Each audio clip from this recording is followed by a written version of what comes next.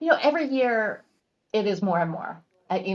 What happened, in the aughts when I started getting involved in privacy, it wasn't really a thing. And then GDPR exploded and it was all of a sudden in newspapers. And then CCPA hit. And I was out in California working on a client at the time, and like little tiny local county newspapers were writing articles about the CCPA in California to get people interested. Hmm. We've now got Virginia and a couple of other states that are moving forward. Every time this happens, not to mention what's going on with the big tech companies, it brings it a little bit further to the public consciousness. I mean, now the articles are in the New York Times, they're in Forbes, so maybe they're still in the business media, but at least they're out there a lot more than they were 5 years ago. So I feel like Yeah. it's just going to keep rolling and rolling and rolling down the hill, and we're not quite at the start, but pretty close to the start. Yeah. I'm always stuck in how I think about this because on the one hand, it's like I like the idea of self-regulation. I like the idea of these companies being forward-thinking, putting privacy first, but also I don't see a lot of incentive for them to do that. So then there comes regulation to try to give the appropriate incentive to do that. Do you think companies are going to solve this on their own, and do you think regulations are going to be Oh, required? only regulation's going to do it. No Yeah. one's going to do this voluntarily. I mean, I've been trying to figure out for years, as have many people, how do you get an ROI on your privacy spend? It's just not Yeah. clear. And people have come up with all sorts of convoluted ways to try to back it in. And there are a lot of articles that say if you are privacy centric, if you are privacy forward, if you have that trust from your consumer, it does hit the bottom line.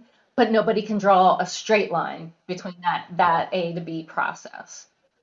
Security is the same way. Like we try to make the argument of, hey, you're not going to be able to get a contract signed unless you have a story around security. The same is happening with privacy to a certain extent.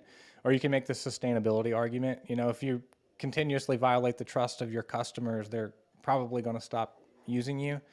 But you have to have kind of a visionary as a leader to worry about, the future of my customers. So I don't know. Well, that's And then I'm why worried about, regs come in. I mean, think about it. The yeah, regulation, the GDPR changed the world. As you said, I was at Deloitte and I got there right before, I guess in 2016, right before they signed the GDPR, and the mm, explosion across the US with international companies that had to get involved in that because that yeah, 4% fine scared the living crap out of people. And here we are almost yeah, 3 years later, and there's been no 4% fines whatsoever. yeah, And what does that do? What I liked about that is, GDPR talked about what we were getting ready people for was a defensible position. And the EU regulators really have taken into account with all of their fines the fact that people didn't ignore the reg. That they tried. They might not have been perfect, but at least they did a lot of work. It's those people who completely mhm, ignored it are the ones that got the larger fines.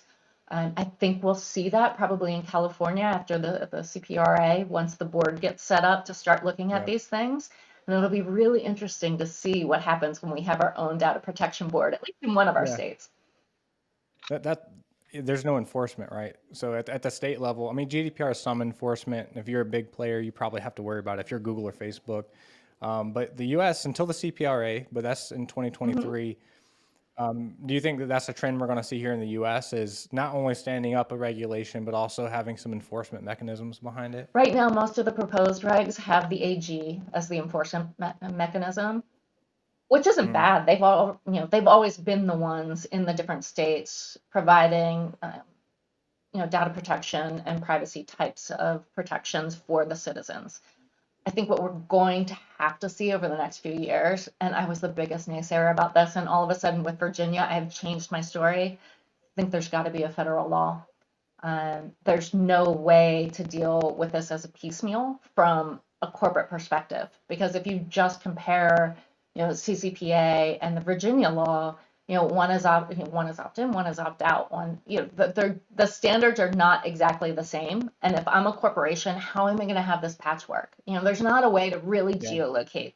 There is if you're going to geolocate your EU business or your Asia business from your US business.